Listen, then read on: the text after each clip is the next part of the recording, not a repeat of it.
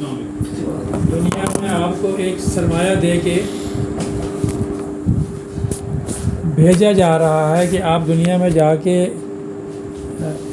Business کریں اور ایسا کما لیں کہ جو ہمیشہ کے لیے کام آیا. اور اس کے لیے اللہ تعالیٰ نے جو سرمایہ ہمیں دیا ہے وہ یہی وقت ہے. ہمارے لیے زمانہ وہ ہے ہر انسان کے لیے، ہر نفس کے لیے، جو اس کا پہلا سانس اور آخری سانس ہے. اس کے درمیان جو پیریڈ ہے وہ اس بندے کے لیے زمانہ ہے، اور جو ہر سیکنڈ میں ریڈیوس ہوتا جا رہا ہے ٹائم. گیون ٹائم جو بھی جتنے بھی سیکنڈ ہے یا گھنٹے ہیں یا دن ہیں یا سال ہیں، کوئی بھی اکائی لے لیں تو وہ ہر سیکنڈ میں کم ہو رہا ہے. یعنی ہمیں جیسے کہ ہمارے امتحان میں یہ گیون ٹائم ہوتا ہے کہ جی یہ 3 گھنٹے ہیں، اس میں آپ نے جو بھی لکھنا ہے بعد میں اس کے رزلٹ کے مطابق پھر آپ، یہ چھوٹی سی مثال ہے اگرچہ پوری طرح فٹ نہیں آتی، لیکن آپ کہہ سکتے ہیں کہ کسی حد تک مثال کہ وہ وقت اگر کوئی ضائع کر رہا ہے تو سمجھ لو کہ وہ اپنا قیمتی وقت جس میں کہ وہ ایک اچھا ایسا کر سکتا ہے کام جس کے کہ مثبت نمبر ملیں یا منفی نمبر ملیں.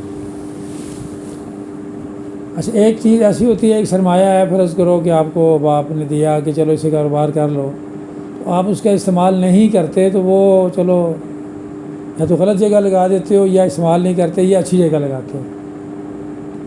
تو چلو آپ استعمال نہ کریں تو ہو سکتا ہے کہ وہ سرمایہ تو بچ جائے.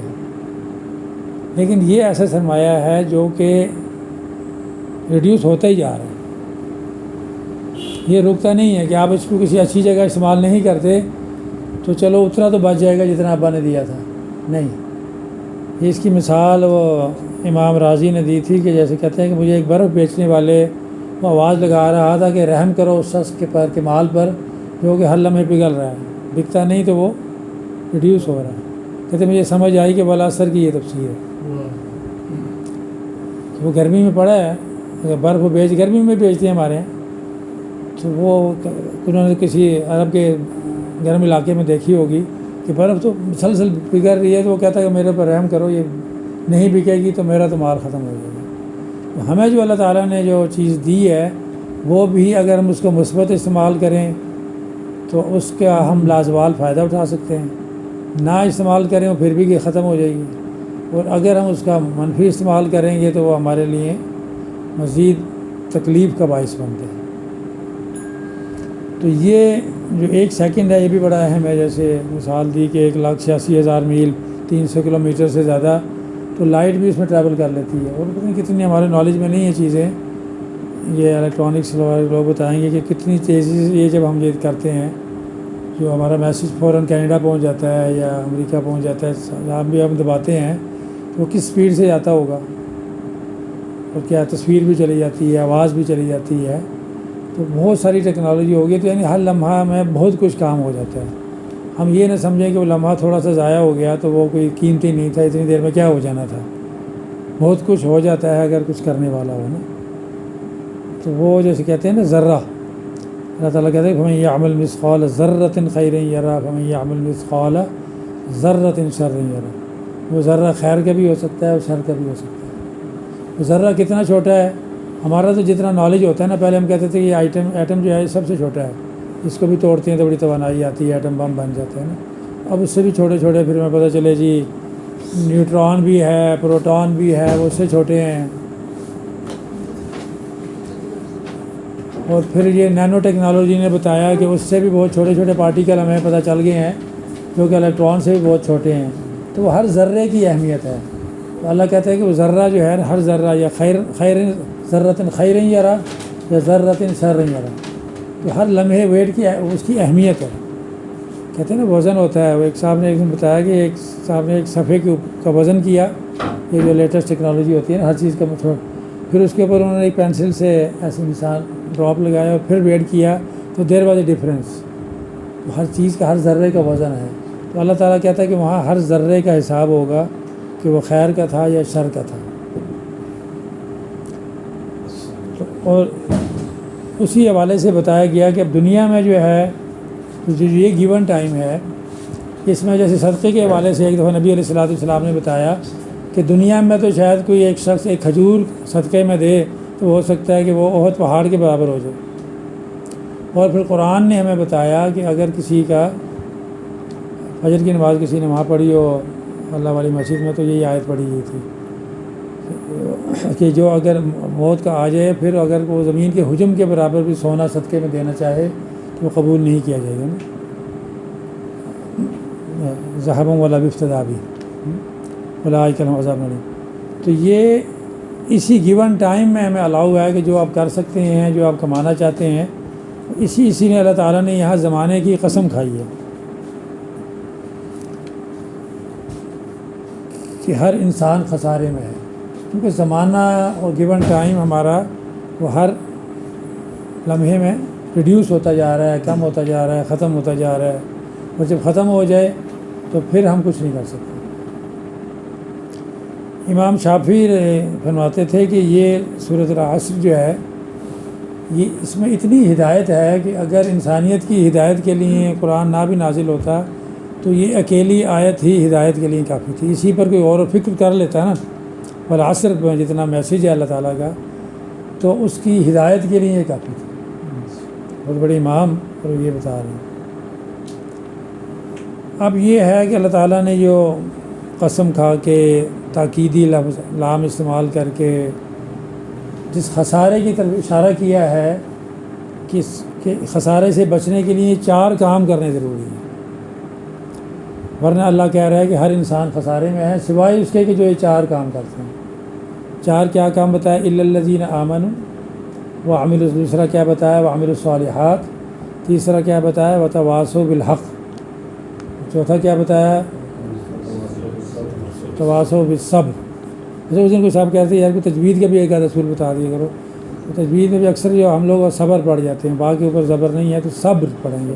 اسی طرح والعصر ہے، سواد کے اوپر زبر نہیں ہے، تو جہاں وہ زبر سے بعد وہ ہو تو اس کے اوپر زبردستی ہم بنا دیتے ہیں نا، صبر پڑھ لیا، زبر پڑھ دیا، اثر پڑھ دیا تو وہ غلط ہو جاتا ہے، نہیں ہے صبر عصر، ٹھیک ہے نا۔ تو اور جیسے ایک وتواصوا، تو واو سے پہلے اگر زبر آتا ہے تو یہ لین کا قاعدہ ہوتا ہے، اس کو بڑا نرم کر کے پڑھنا ہوتا ہے۔ 3 قسم کے لین ہوتے ہیں، آج ایک ہی دیکھ رہے ہیں۔ واو سے پہلے اگر جو لفظ ہے اس کے اوپر زبر ہو تو وو سو جو بو، اس طرح وہ باریک کر کے ایسے گھما کے پڑھنا ہوتا ہے۔ یہ ویسے ہی درس سے ہٹ کے لاسٹ ٹائم کسی نے بات کی تھی کہ تھوڑا تھوڑا تجوید بھی ہمیں بتا دیا کرے، تو ایک آدھ بات کبھی سن لیں شاید یاد رہے، پھر اگلی دفعہ ویسے ہی۔ تو پہلی بات اللہ تعالیٰ بتا رہے ہیں کہ ایمان۔ ایک جنرل بات یہ ہے کہ ایسے پہلے ایک دفعہ میں نے مجھے جب یہ شوق پیدا ہوا یا میں نے سمجھا کہ یہ درس کا کام دینا اور یہ کرنا ضروری ہے، تو یہ میں نے ایک صاحب کا والعصر کا درس ہی سنا تھا۔ یہ اتفاق ایک اور بات ہے کہ ہم 8ویں کلاس میں بھی وہ جمعیت والے میں کو بلاتے تو ایک نے کہا کہ مجھے والعصر پہ آپ درس دیں، میں نے کہا جی ہمیں تو نہیں آتا، ہمیں تو انہوں نے کہا جی یہاں تفہیم سے پڑھ کے دے دیں۔ وہ مجھے بچپن کا یاد تھا۔ پھر وہاں جدہ میں کسی صاحب نے ہمیں موقع دیا کہ آپ پڑھیں، مجھے موقع نہیں، سوری کسی کا میں نے سنا۔ تو پہلے ہم سوچتے تھے کہ یار اللہ کے ہمیں ایمان والے تو ہم ہیں، بڑوں کے والدین ایمان والے تھے تو ہم بھی مسلمان تو پیدا ہو ہی گئے ہیں۔ حالانکہ مسلمان ایمان والا ایسا نہیں ہوتا کہ ابا خان تھے تو بیٹا بھی خان ہو گیا، ابا میاں تھے تو بیٹا بھی میاں ہو گیا۔ مسلمان کو شعور کے ساتھ اور عمل کے ساتھ مسلمان ہونا پڑتا ہے۔ تو ہم سب جرنلی ہمارا تھا کہ چلو جی مسلمان تو ایمان والے ہیں اور اللہ کی توفیق سے کوئی نماز بھی پڑھ لیتے ہیں تو شاید یہی عمل صالح ہے، تو ہم تو شاید جنت میں چلے ہی جائیں گے۔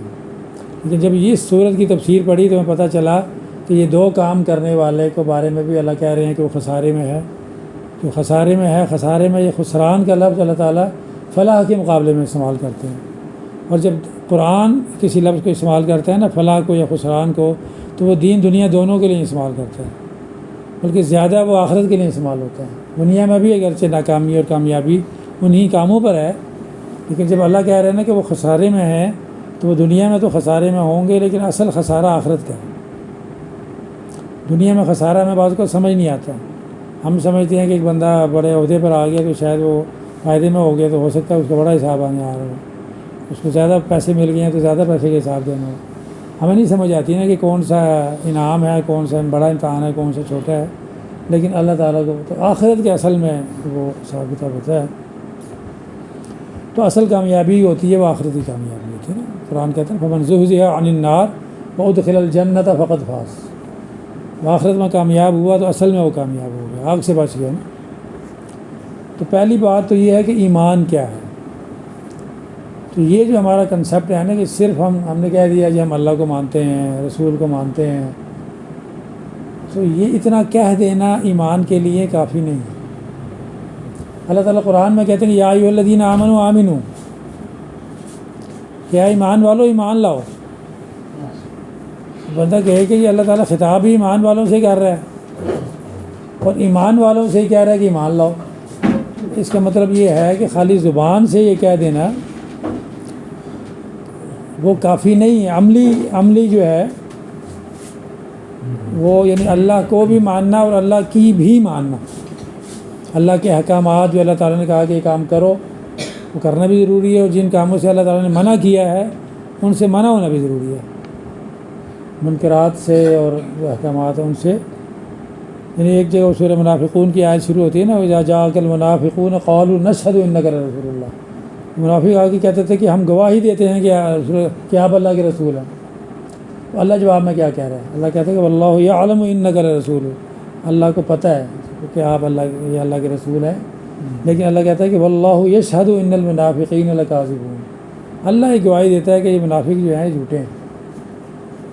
یعنی وہ گواہی تو دے رہے ہوتے تھے آ کے آپ اللہ کے رسول ہیں، ہم اللہ کو مانتے ہیں، لیکن اللہ کہتا ہے کہ جب تک آپ اس پر دل سے نہیں مانو گے اور عمل نہیں کرو گے تو آپ کا ایمان نہیں ہے۔ کئی جگہ اور بھی آتا ہے، ایک آدھ مثال کافی ہوتی ہے سمجھانے کے لیے۔ یعنی اس کے احکامات کو جب تک نہیں مانے کہ اب عبادت بھی اسی کی کرنی ہے، دعا بھی اسی سے مانگنی ہے، استعانت بھی اس کی ہے نا، ایاک نعبد و ایاک نستعین، یہ نہیں کہ باہر آ کے استعانت کسی اور کی۔ استعانت کی روٹین کی مدد نہیں ہے کہ میں کہوں کہ ذرا پانی پلا دو، بلکہ استعانت وہ ہوتی ہے کہ جب آپ کسی فوت شدہ سے آپ مانگنے لگیں تو سامنے موجود نہ ہو۔ وہ اللہ تعالیٰ کہتا ہے کہ صرف اللہ ہے، من دون اللہ کوئی نہیں ہے۔ قرآن میں بے شمار جگہ یہ آتی ہے کہ جب اللہ کو کہتے ہیں کہ من دون اللہ کوئی نہیں ہے، اللہ کے علاوہ کوئی نہیں ہے آپ کی سب مدد کرنے والا، آپ جس سے آپ دعا مانگیں یہ سارے۔ تو ایمان صحیح انداز میں ایمان لانا نا، اور وہ اس کو پتہ ہے کہ آپ کے دلوں کا حال کیا ہے، علیم بذات الصدور ہے۔ یعنی اس میں بھی اگر کوئی ریاکاری ہے، وہ اس کی چیزیں ہیں تو وہ ضائع بھی ہو جاتے ہیں نا۔ بہت بڑا انفاق، کوئی حدیث کا حوالہ آتا ہے کہ جی انہیں کہا کہ جی بڑا سخی تھا، انہوں نے کہا یہ تم نے تو دنیا داری کے لیے کی، اور لمبی حدیث ہے، شہید کو بھی لایا جائے گا، کہا جی بالوں کے بل کھینچ کے جہنم میں پھینک دو۔ یہ سب دل سے خلوص سے نہیں تھے، تو اللہ تو دلوں کے حال جانتا ہے نا، علیم بذات الصدور ہیں اللہ تعالیٰ۔ تو پہلی بات تو یہ ہے کہ ایک تو ایمان، اور دوسری کیا بات بتائی جا رہی ہے، الذین آمنوا، میاں صاحب آگے کیا ہے، وعملوا الصالحات۔ عمل صالح کیا ہے؟ عمل صالح وہ ہے جو کہ قرآن و سنت کی دلیل سے اللہ تعالیٰ نے بتایا ہو، نبی علیہ الصلوۃ والسلام نے بتایا ہو، وہ عمل صالح ہے۔ اس کے علاوہ اچھا ایمان کے ساتھ ہی وہ اگر عمل صالح ہوگا تو ضروری ہے، ایمان کے بغیر عمل صالح بھی قبول نہیں ہے۔ یعنی وہ جیسے بیج کے بعد درخت آتا ہے نا، اس مثال سے، تو ویسے ہی ہے کہ اگر کوئی ایمان نہیں لایا اور وہ کام کر رہا ہے جو کہ نیکی کے ہیں، وہ بھی قابل قبول نہیں ہے۔ اور خالی ایمان لا کے عمل صالح نہ کرے، وہ ایمان بھی قبول نہیں ہے۔ یعنی ایک قسم کی ڈائریکٹلی پروپورشنل ہے۔ یعنی ایمان بغیر عمل صالح کے قرآن میں تقریباً 70 سے زیادہ دفعہ آمنوا وعملوا الصالحات آتا ہے۔ یہ جو ہمارا کنسیپٹ ہے نا کہ صرف ہم ایمان لے آئے ہیں یا بابا دادا کی وجہ سے ہو گئے ہیں تو ہم تو بس چلے ہی جائیں گے نا۔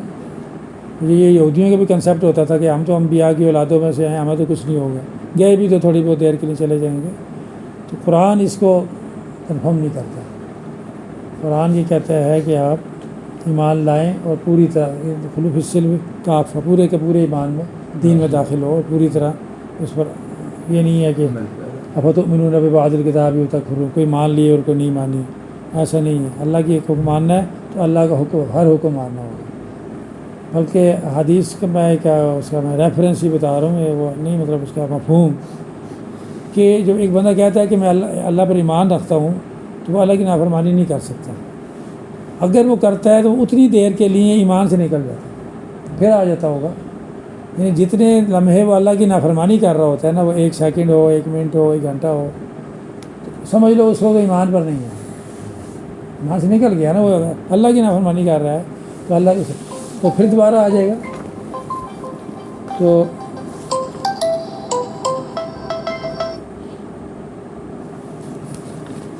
تو اس کے لیے ضروری ہے کہ وہ عمل صالح وہی کرے نا. اس میں آتا ہے نا بنی اسرائیل میں وَسَعَى سَعْيَهَا وَهُوَ مُؤْمِنٌ أُولَٰئِكَ كَانَ سَعْيُهُمْ مَشْكُورًا. اللہ کہتے ہیں کہ اگر وہ مومن بھی ہو اور ویسے صحیح کرے جیسا صحیح کرنے کا حق ہے. صحیح کرنے کا حق کیسے ہے؟ جس پر آپ کو قرآن و سنت کی دلیل ہو. جس پر آپ کو قرآن و سنت سے دلیل نہ ملے تو کوئی اور آپ کو بتائے تو آپ اس کو بھی شک نہ کریں. بہت سارے کام آپ کو پتہ ہوں گے جن پر دلیل ہے، آپ نیکی کے کام کرنے کا دل کرتے ہیں وہ کر لیں جس پر آپ کو پکی دلیل ملتی ہو نا قرآن سے. تو یہ پتہ لگا کہ ایمان لانا اور عمل صالح کرنا یہ تو 2 کام ہو گئے. خسارے سے بچنے کے لیے کتنے کام ہیں اس صورت میں؟ 4 ہیں. یہ 4 کام ایسے ہیں کہ جو چاروں کرنے ہیں تو پھر پاس ہونا ہے. ان 4 پیپروں میں نا، چاروں پیپروں میں پاس ہونے والا پاس ہوگا، ایک سبجیکٹ پہ فیل ہونے والا فیل ہے، خسارے میں. اب چاروں بڑا ضروری ہے. اکثر لوگ جو نماز میں آتے ہیں، ایسے پروگراموں میں آتے ہیں، اکثر یہ عام طور پر ایمان کے ساتھ عمل صالح نماز کی حد تک وہ عمل صالح پر ہوتے ہیں. لیکن بعض اوقات اس سے مزید والے کام میں سستی ہو جاتی ہے، یا شاید ان کا خیال ہوتا ہے کہ یہ کمپلسری نہیں ہے.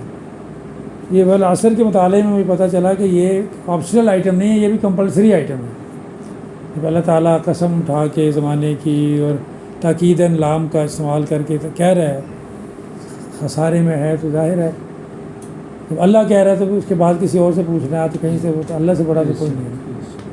تو ہمیں ان 4 باتوں کی طرف توجہ دینی ہے کہ وہ 4 باتیں کیا ہیں.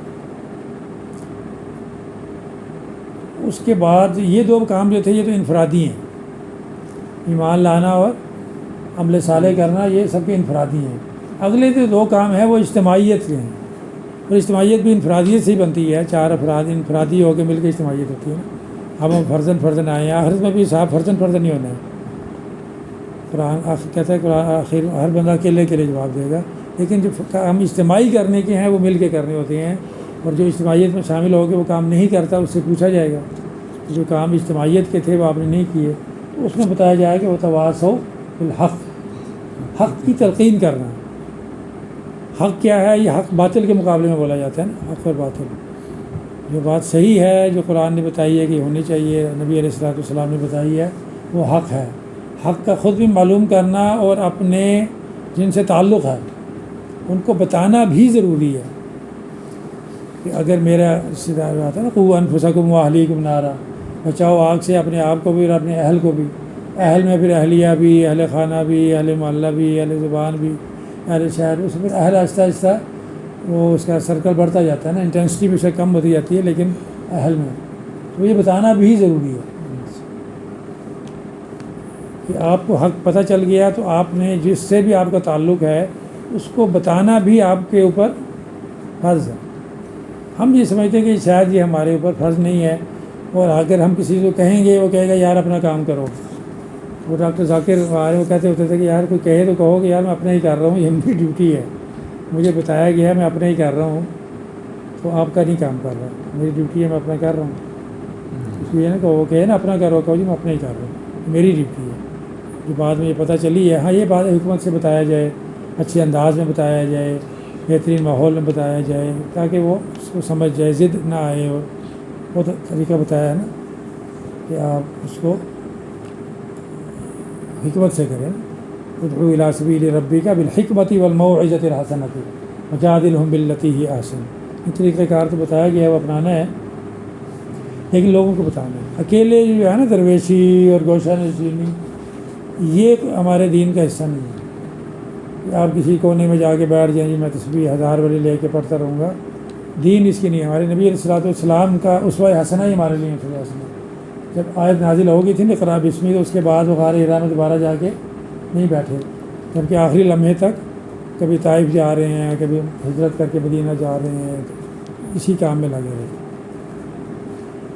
تو معاشرے کو ساتھ رہ کے چلنا ہے. ویسے بھی معاشرے میں برائی ہو، اگر آپ سوچیں کہ میں اپنی صفائی کر لوں اور اپنے گھر میں بڑی صفائی کر لوں، تو اگر باہر برائی پھیلے گی نا، گند پھیلے گا، بیماری پھیلے گی، تو آپ کے گھر میں بھی اس کے اثرات آئیں گے، آپ کے بچے بھی اس کا شکار ہو جائیں گے نا. اوجڑیاں پڑی ہوں باہر اور آپ کہیں گے گھر میں نے بڑا اسپرے کر لیا، باہر کرونا پھیلا ہو تو آپ کے بچے باہر جائیں گے، آپ جائیں گے، جو بھی وبا پھیلی ہوگی آپ بھی متاثر ہو جائیں گے. بہتر سب سے انداز کیا ہوگا کہ آپ اپنی بھی صفائی کریں، اور آس پاس جیسے آپ لوگوں نے ابھی اکرام صاحب میاں صاحب وغیرہ کا، یہ پارک بھی صاف ہونا چاہیے ہمارے گھر کے سامنے ہے. تو انہوں نے سوچا کہ سب کو طرف ہونا چاہیے، ہم گھر بھی کر رہے ہیں تو اس کو بھی کریں. یہ ایک اجتماعی نیک فعل ہوتا ہے نا. تو یہ بڑا ضروری ہے کہ آپ اس کو تلقین بھی کریں. تو اس کے حوالے سے یہ بتایا گیا ہے کہ اس میں مشکلات آئیں گی. ویسے بھی زندگی میں ہر ایک کو مشکلات اور یہ تکلیفیں آنی ہیں. نبی کی سیرت پڑھیں تو اس میں مشکلات ہی مشکلات ہیں. پھر اللہ نے کہا کہ وَلَنَبْلُوَنَّكُمْ، اس میں وہ لام آیا نا تقیدی، کہ تم پر مصیبتیں ضرور آئیں گی.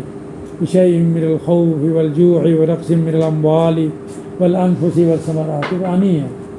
ویسے حکیم لقمان نے بھی اپنے بیٹے کو سمجھاتے ہوئے کہا تھا نا کہ یا بنی اقم الصلاۃ وامر بالمعروف وانہی عن المنکر واصبر علی ما اصابک، یعنی تم نے لوگوں کو معروف کا حکم دینا ہے، منکرات سے روکنا ہے، اور اس میں جو آئیں گی مصیبتیں آئیں گی اس پہ صبر کرنا ہے. تو یہ تو آنی ہے، اس میں لوگوں کو صبر کی تلقین کرنی ہے. کہ مشکلات آئیں، بتاؤ کہ نبی علیہ الصلوۃ والسلام کو بھی آئی تھیں، ہر داعی کو آتی ہیں. نبی علیہ الصلوۃ والسلام جو اللہ تعالیٰ کی سب سے پسندیدہ انسان، اگر ان کو مشکلات آئی ہیں تو آپ کو آئیں گی تو کیا ہوگا؟ آپ کو بھی آنی چاہیے. اس سے پریشان نہیں ہونا، گھبرانا نہیں ہے. اگر ہمارے نبی نہیں گھبرائے تو آپ کیوں گھبرا رہے ہیں؟ اس کو فیس کریں، اچھے انداز میں ہینڈل کریں. تو کامیاب ہونے کے لیے یہ چاروں کام ضروری ہیں. اب تک اگر ہم میں سے کوئی چاروں کر رہا ہے تو اس میں اضافہ کرنے کی کوشش کرے. ایمان بھی گھٹتا بڑھتا رہتا ہے، ایمان میں اضافے کی کوشش ہونی چاہیے، زیادہ سے زیادہ اللہ سے تعلق مضبوط ہو. عمل صالح کچھ کر رہے ہیں تو مزید بھی پتہ رکھیں، ایمان میں بھی مضبوطی، عمل صالح میں بھی اضافے کی بہت زیادہ گنجائش ہوتی ہے.